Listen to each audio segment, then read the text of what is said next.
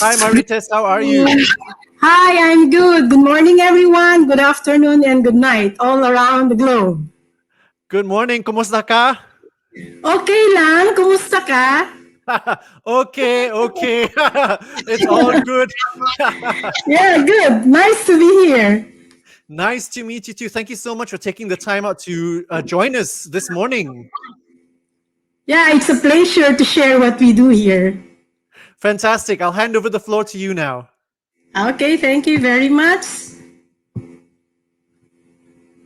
To speak here to share how we work for the Philippine crocodile conservation in NorthEast Luzon in the Philippines. So I am Tess Gatan-Balbas and currently the Chief Operating Officer of the Mabuwaya Foundation. Our foundation is called the Mabuwaya Foundation, which is founded in 2003 by Dutch scientists and Filipino conservationists.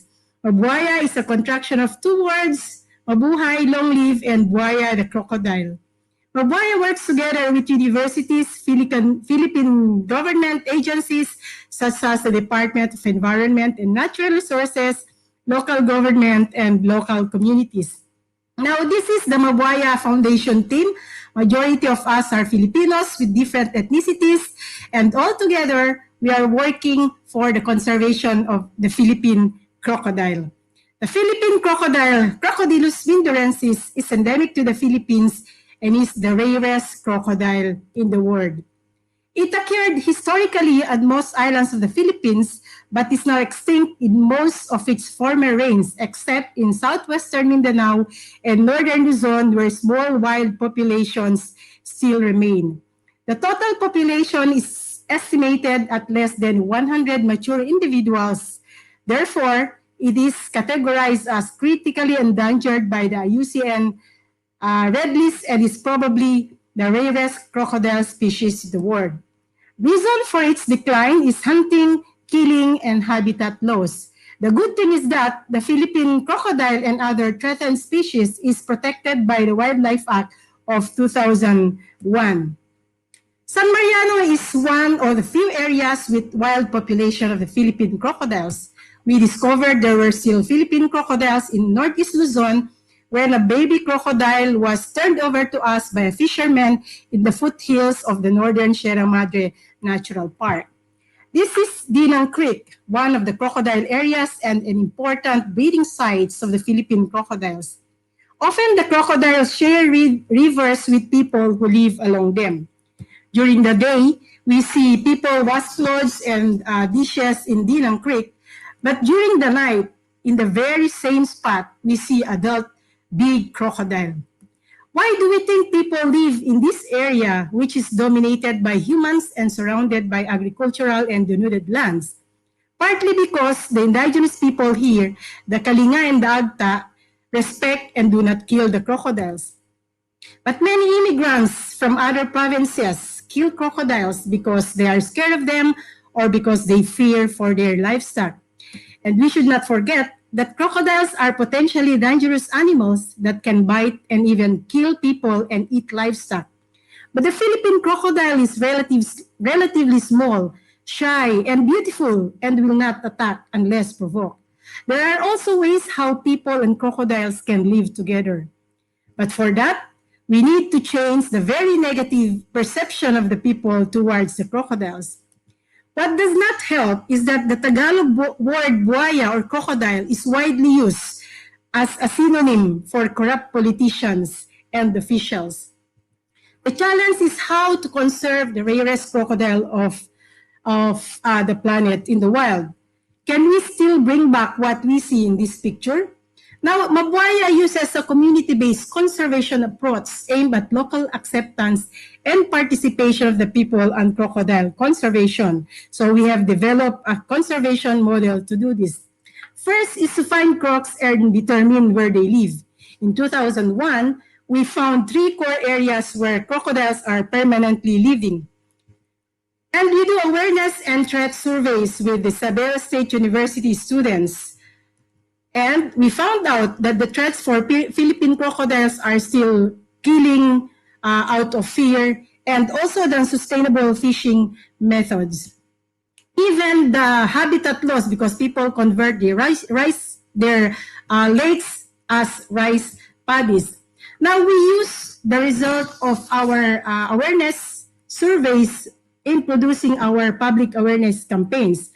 So for this, we also partner with the local university and we started producing posters based on the need. We believe that communication is the key to change the very negative perception of the people towards the crocodile, because if they do not know the importance of this, they just don't care. So our posters are designed based on our need. These posters are being displayed in a very strategic areas also with the household. We produce storybooks for children about Philippine crocodiles and the Philippine biodiversity, and we do a lot of shows for this, the puppet show, and brought to school children, and we give lectures to high school and elementary students. What is very exciting is the organization of field trips to show the college students the Philippine crocodiles in their wild areas. We also partner with universities for these crocodile shows, and these shows are being shown to areas, especially during village fiestas, where thousands of people from nearby provinces are going. We have developed our mascot Croquet to lessen the fear of the people, especially the children, towards the crocodiles. And we do a lot of festivals. Like for this one, we have croc festivals in which we have a lot of activities such as painting, and a lot, just to show what we do during this.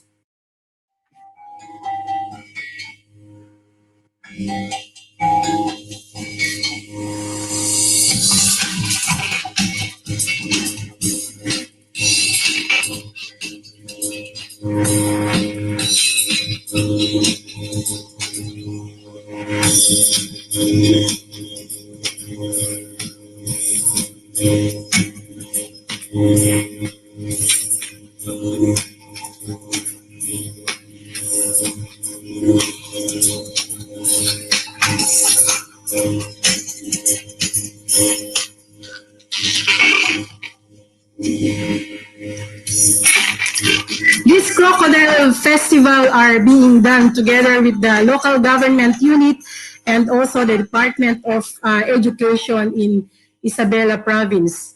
We also conduct science teachers with the hope that Philippine crocodile and biodiversity conservation will be part of their teachings. And we do a lot of community workshops showing the people where the critical areas that are, and most of the time it resulted to a declaration of crocodile sanctuaries in the Philippines, where the power is devolved to local communities. Then they can declare such sanctuaries. These sanctuaries are demarcated with billboards and concrete monuments with regulations in it, because different communities also have different regulations for their crocodile sanctuaries. We establish monitoring systems with our sanctuary guards. Here you see one of our staff teaching our sanctuary guard how to use an app in the phone to see the crocodiles that they observe and put that in the app. We also do monitoring of the fish catch to see if the crocodile sanctuaries or the fish sanctuaries has a spillover effect. And people claim that they have more fish now than before. We established a law enforcement system. Here we train local communities, barangay officials, and local governments, because law enforcement in the Philippines is very, very weak. During law enforcement, we bring them to the field and show them how to do proper arrest, how to get evidences until filing a case. Here you see our participants with our staff who is also doing like electrofishing, but these are just role plays in the field. So for now, we have deputized 12 sanctuary guards, including indigenous people. We established management system with village leaders, Department of Environment and Natural Resources staff including the local government unit.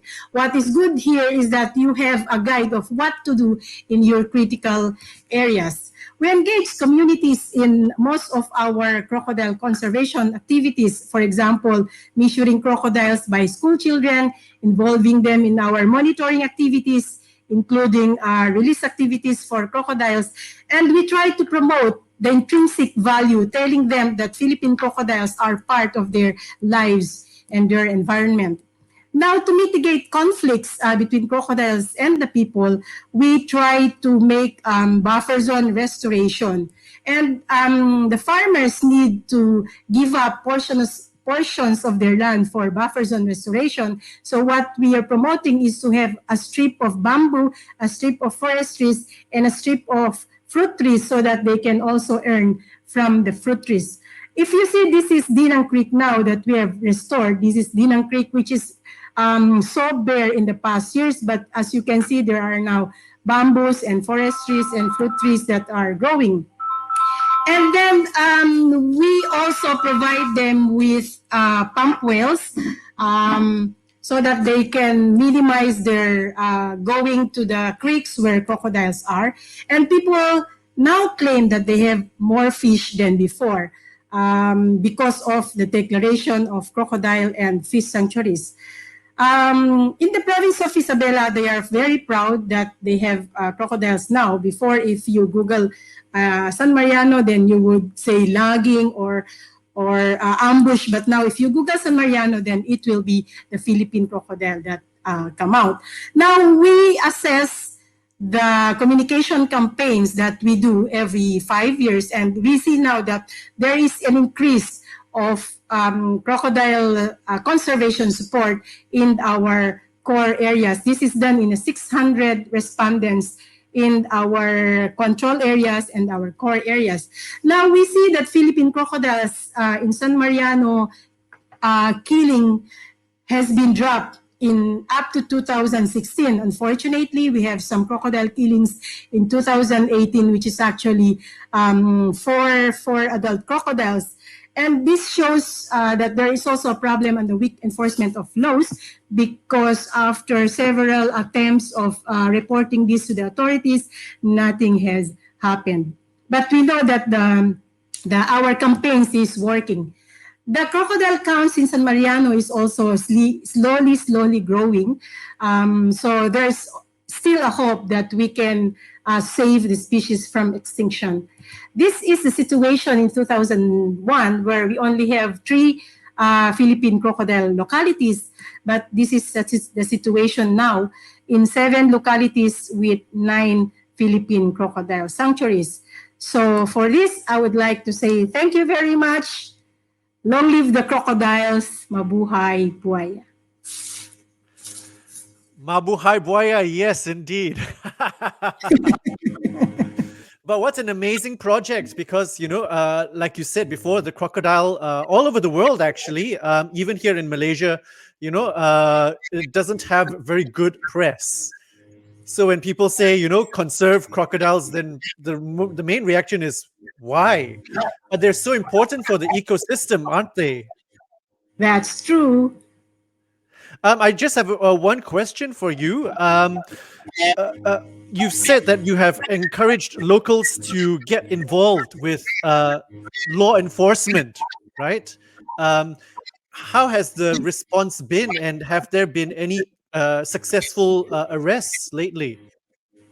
For example, if you look at the graph that there were crocodiles that were killed, we will never know about that without our local communities who would report about the crocodile killings. And they do testify on how things happen. So they are there because they were also taught how to make proper arrests, so they have all the evidences. Even with all the evidences we have, the penalties for killing a wildlife is high, and I don't see anybody yet being prosecuted for killing such a crocodile. Yes, well, hopefully, this acts as a deterrence against poachers. I have one last question for you. You mentioned that farmers give up their land to become a buffer zone. Yes. How has their response been? This is basically done, especially when you are crafting local ordinances. In crafting local ordinances, you will be telling all about the laws in the Philippines. But these are poor farmers who don't want to give up a meter or 2 meters of their land.